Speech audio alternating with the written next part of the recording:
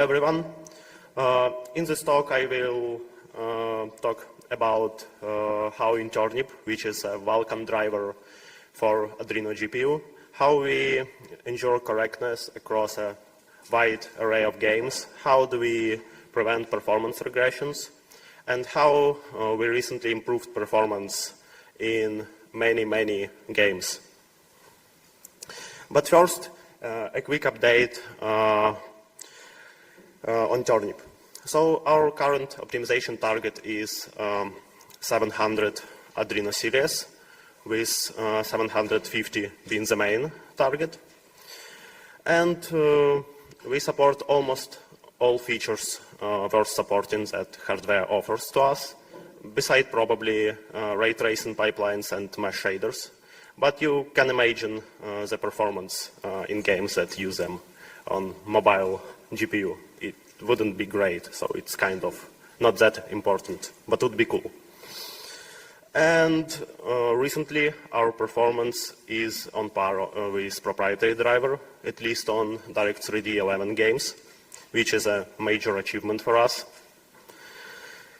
And correctness, which is also important, is better than proprietary driver, again on the games we tested. So what challenges did we face when testing our driver? Because we have a few unique challenges. The most major one is that our hardware has two render modes, one direct rendering and tiling rendering. And if issue happens with one render mode, it may not happen in another one. And we also have one major fancy feature, which is concurrent binning, which interacts with two other modes and could bring along its own issues. So the fun part, not so fun for us, that CTS conformance doesn't mandate testing in various modes that GPU could run in. So you can be absolutely conformant in direct rendering, which is the mode that CTS would run in by default, and be completely broken in tiled rendering, which is bad, and probably conformance should kind of mention this. Another major challenge is that we don't have a lot of real-world users, because majority of Adreno GPUs are in mobile phones, and Android phones aren't known for having open source graphics drivers and are not known to be easy to tamper with. So, if you don't have root, you cannot even change the system driver. But there are people who use Turnip on Android for emulators and to run PC games, which is a really complex and fun setup. So, for example, here is my phone running a desktop game called Snake Pass. It's a 750 GPU, and it kind of runs it on a phone, which is super cool. Another not so big issue is that CTS tests don't test a number of fancy features our hardware supports, like LRZ, concurrent binning, concurrent resolves, and it's rather hard to make tests that actually test those features. Also, conformance test suite doesn't support doesn't use big frame buffers for the majority of the tests, which means tile rendering isn't tested that well, even if we force it. That's what I asked about Ricardo when he gave presentation 2 days ago.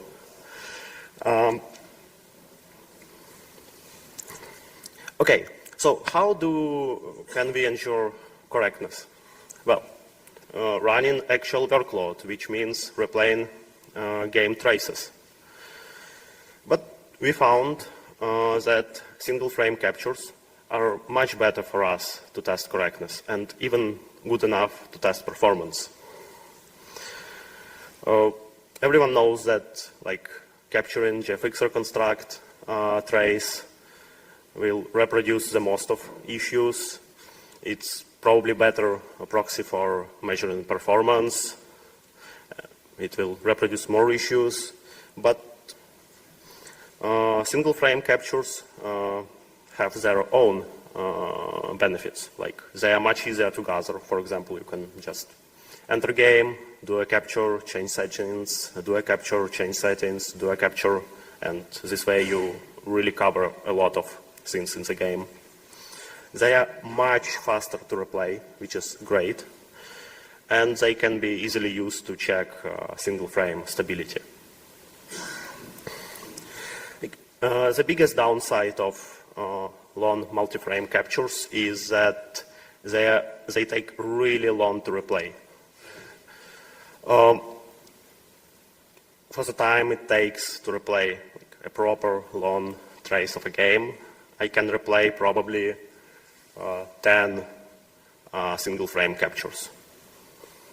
And we think it's much better to cover more games than having like perfect trace to test.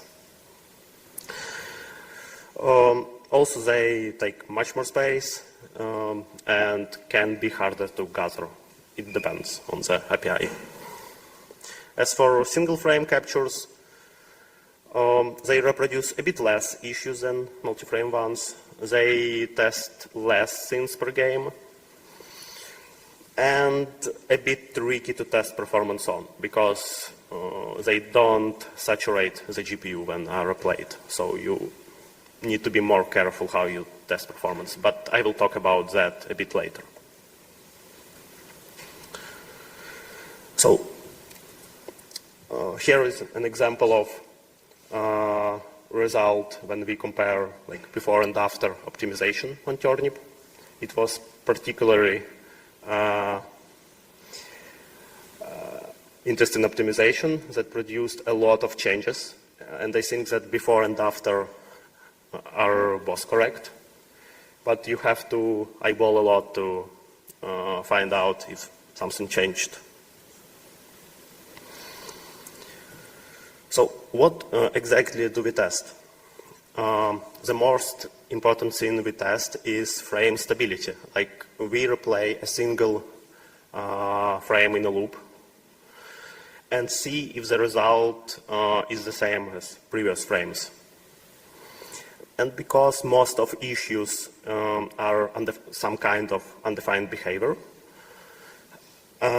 most issues could be detected that way. You don't even need to compare with previous runs and so on.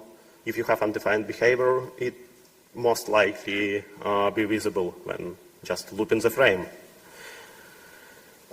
which is really great because we don't need golden frames. We don't need many like fancy features to detect issues. Also, we of course can compare runs between each other and see if something changed. We listen to GPU faults, of course. And another important feature is that we track performance. What do we run? We run D3D 8 through 11 traces, with the majority of them being Direct3D 11, OpenGL, and Vulkan single frame traces. A single run contains around 360 traces and takes around 2.5 hours on a single HDK. So it can be parallelized further. Like if you run on 4 HDK, it brings time to rather low. And we do 2 passes every night testing direct rendering and tiling rendering, which covers most of the features we have. So what did we found? We found that single frame captures are more than enough to test both performance and correctness. Most issues are seen in a single trace, like you make some change to driver, run the CI, and then only a single trace fails. So if we had just 100 of traces or even 50 traces, it wouldn't be enough to detect lots of issues we actually detected. So it's better to have a higher amount of games tested that way than having the best capture. Like even if your frame capture isn't perfect, it's better than nothing. And it's better to have more of them.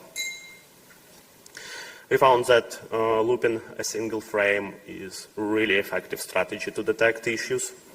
Like, I think 80%, maybe more, issues are detected that way for us. And they are much more easy to reason about.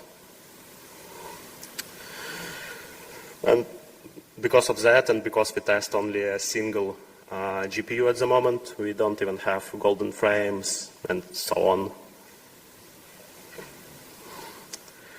There are a few tooling limitations we ran into. First one is that not all cutting-edge features are supported. It's not a big deal for us because we don't support cutting-edge features. Problem solved. Another major issue which we had to solve is incompatibility between GPUs, because we capture on desktop and run traces on our mobile GPU. So for DirectX 8 through 11, it's kind of just works. For OpenGL, it's also mostly just works. But for Vulkan, no, especially if you try to replay RenderDoc captures that way. But it can be solved. There is a Vulkan profiles layer, which you can use to have an intersection of capabilities of several GPUs. The one you capture the trace on, the one you replace the trace on, and maybe some else you are interested in. And that way you can produce a correct capture. Okay, mostly, if we are talking about GFX reconstruct, that's enough. If we are talking about RenderDoc, that's not enough, because you have to change memory requirements a bit. But it's easy enough, but not streamlined, unfortunately. And the last issue is that not all tools have a way to obtain a single frame. For example, there was no way to have a single frame for DirectX 9 and 8. Yes, there is a PIX tool from long ago, but it's Microsoft's tool, not open source, runs only on Windows, cannot be used in continuous integration. So we had to write our own trimmers for API trace for DirectX 3D 9 and 8. They are not merged, but they do work, not perfectly, but good enough for our purpose. But I hope we will improve them in the future. So let's talk now about more interesting thing, is how we test performance regression, how we avoid them. As I said earlier, single frame captures are good enough for testing performance, even though they cannot saturate GPU. But another bad thing about them is that we use RenderDoc captures. And as you may know, RenderDoc makes some changes to API calls, like around render passes. So it doesn't map one-to-one to in-game performance. But the direction of change is most likely the same. So if you improve performance in those captures, you improve performance in the game. Magnitude may be not the same, but whatever. We mostly care about direction.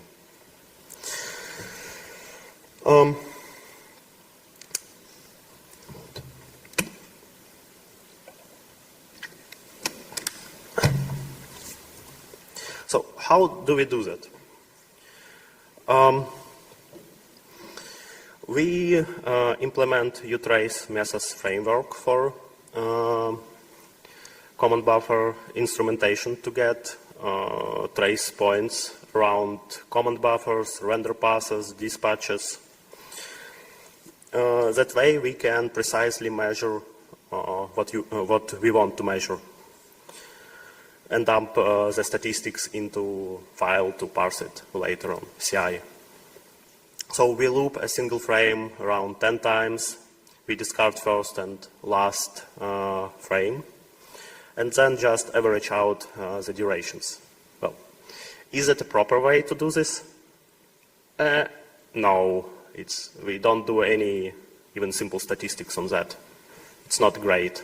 But on average, when running all those traces, it kind of works. So if you want a standalone tool, especially if you already implement utrace, you should check out GPU trace perf tool from Emma Anholt. It uses proper statistics. It's great, and you should use it to quickly check your changes. Definitely check it out. So now I will give a little sales pitch for implementing utrace. It's already implemented in Adreno, Turnip, Radeon SI, INV, Iris, PanVK, and work in progress in RADV. If you haven't integrated it, just do it. It's rather simple and doesn't require much from your GPU, only ability to write timestamps from your command processor, and gives a lot of benefits if you care about performance. So it allows you better integration with tool I mentioned. It allows you to later integrate with Perfetto, which, well, awesome tool to show you performance of the whole system. It allows you some little but useful things like showing off indirect parameters or things like read from memory you care about. In example, we display if LRZ is enabled for render pass, which is calculated on the GPU. And with it, you can insert some markers in your command stream and decode them when you dump it to the text file. So you can much easily navigate it. I think only Turnip implements that, but it's a nice feature to have if you have trouble navigating your command stream dumps. Okay, back to our CI. How we have a nice graphic from our nightly runs, which shows performance improvements. You can see performance improvements in render passes, in compute, in dispatches, and total improvement. It's a nice way to track if someone broke our performance and how great it is. We also can compare performance between runs. It's not great because we don't use any statistical analysis, so we don't have any confidence intervals. But for DirectX 11 traces, it kind of works. If you see a difference of 10% on a single capture, you should go and investigate it. It's mostly worth it. And that way we ensure that our new merge requests don't regress performance. We run them before merging and, well, performance improves, no regressions.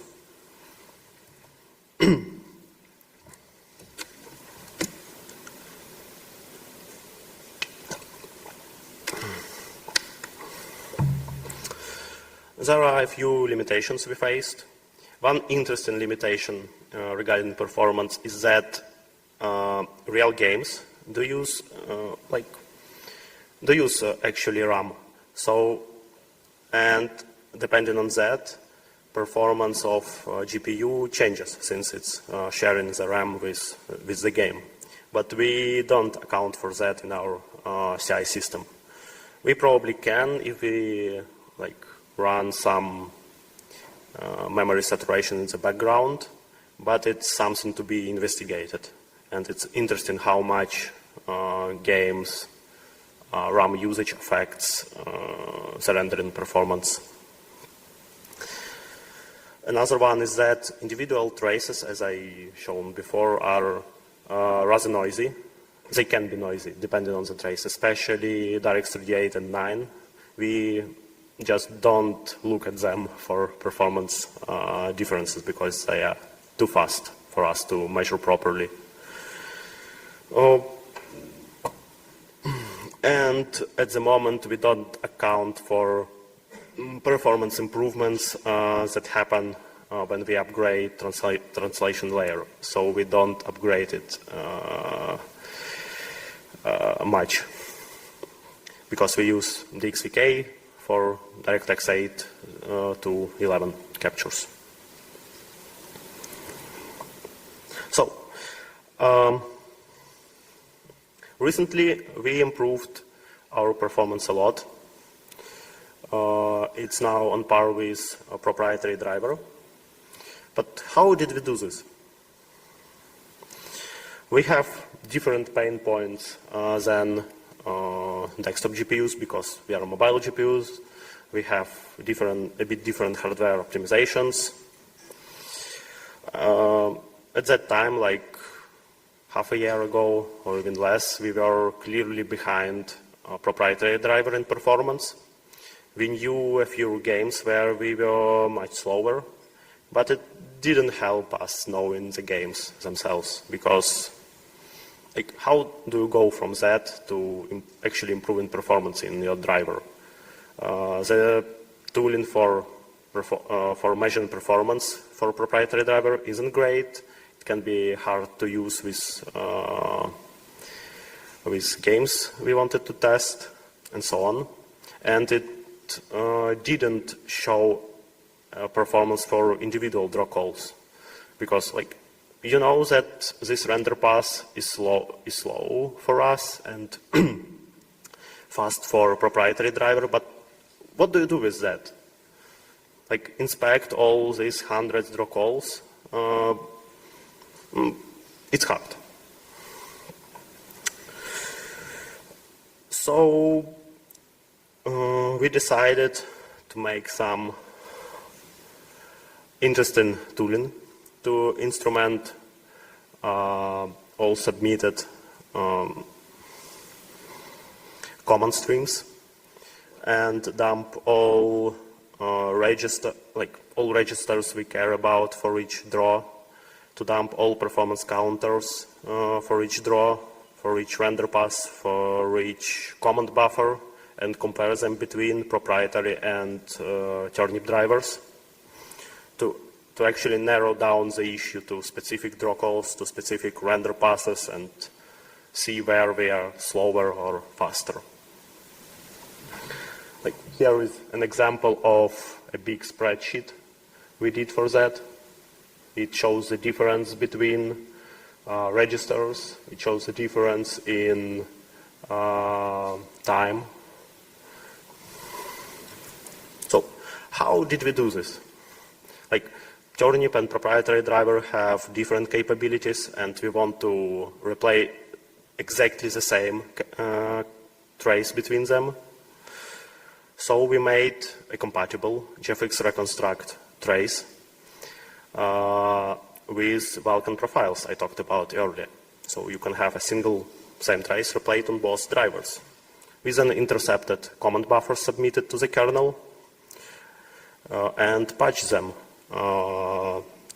Patch around every command buffer, render pass, draw call, dispatch, to dump registers, gather performance counters, and then we merged all this data in a huge spreadsheet. Here, how many performance counters did we get? All of them. hundreds and hundreds performance counters for thousands of draw calls. That was fun, but it worked. But was that even useful? That's the question I asked myself when I was working on that, because it took quite a while to make it work correctly and actually gather some useful data. Well, comparing registers was a total success. We fixed a lot of issues around low resolution Z. We found a few important optimizations, which in total improved performance sometimes up to 40–50% in some games, which is absolutely great. But what about performance counters? Were they useful? Well, yes and no. I found a few issues looking at them, but in the majority of the cases they were not helpful at all. A lot of performance counters are just interdependent. They are hard to decipher. And even if you know that, yes, this performance counter is much better on proprietary driver and bad on Turnip, how do you go from that to understanding what's wrong in our shader? Like, I have no idea for most of them. You just stare at them, stare at the shader, and like, I don't know what's going on. It's just hard to compare them between drivers. Maybe on one driver, when you compare between changes, they're useful, but between drivers, it's really hard. So, what are our future plans for CI and performance? We need to improve how we report failures in CI, because at the moment there is a lot of eyeballing, and we probably need to introduce some masks that will tell with which we can tell that it's already known issue, like the frame is known to be unstable. We don't need to report it. Another idea I have is to measure performance counters in our CI, so we would be able to see if some minor optimizations do improve something. For example, if we now run less instructions in shaders, or after some depth optimization we use less samples and so on. Like, some minor optimizations could be hard to detect in CI. Also, we need to test DirectX 12 traces. Well, the major roadblock we are working on is to make them compatible between GPUs, again, because we want to capture them on desktop and then replay on our hardware. And there is no Vulkan profile layer for DirectX 12. And we want to work on more micro benchmarks for some features we have in the driver, to compare it with proprietary driver and to have some narrow target to optimize. Well, that's all.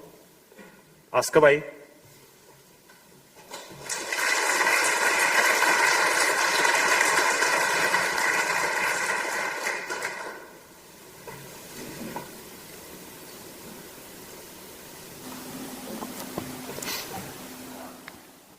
Okay, thanks a lot for the talk. I have a question. How do you address GPU frequency scaling in your CI? We pin the frequency. Okay.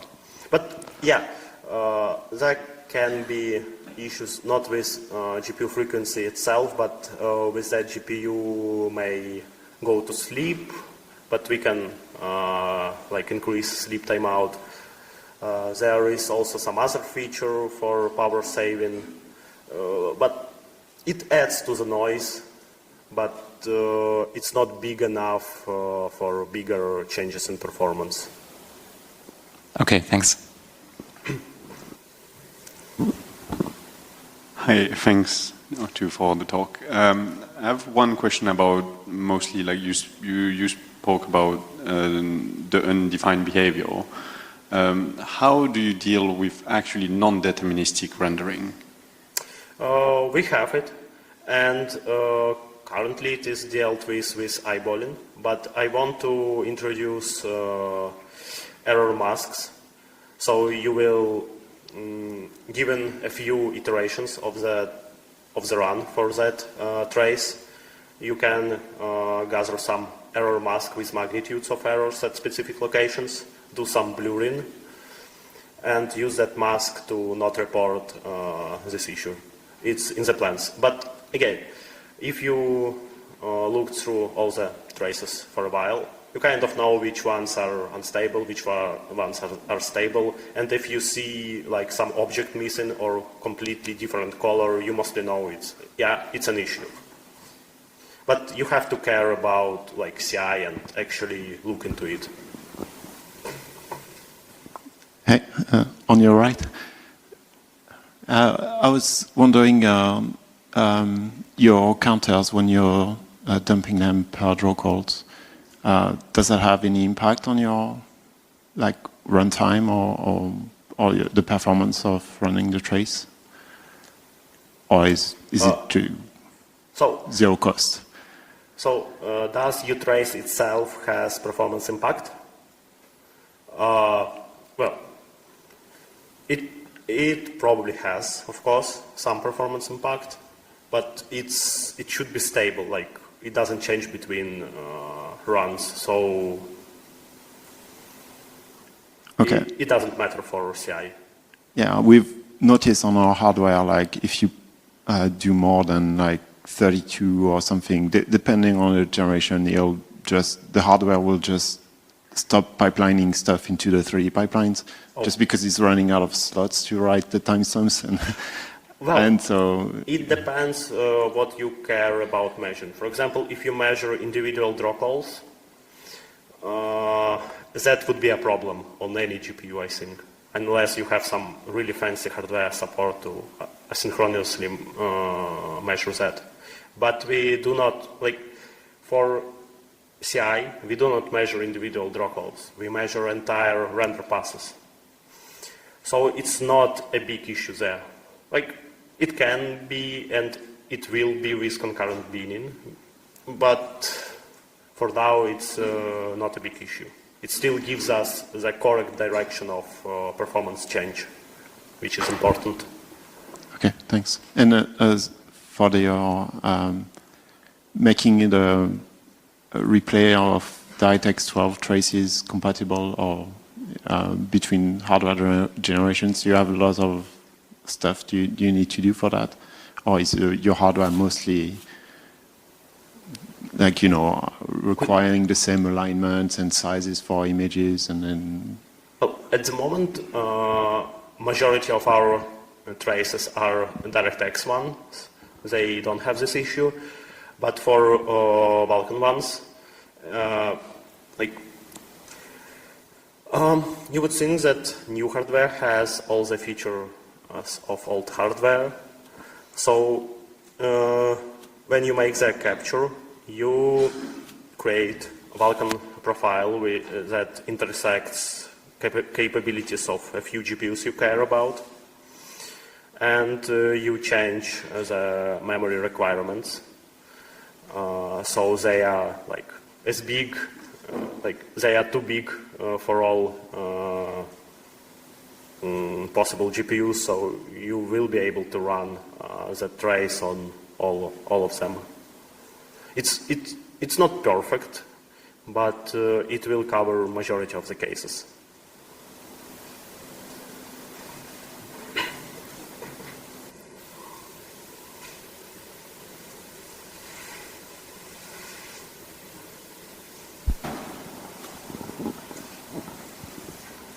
I guess no more questions?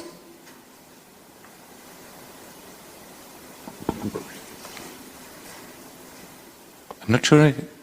Was there a hand over there, or? Oh. We have 10 minutes left, so if you have any further questions. 1, 2. All right. Thanks a lot, Danilo.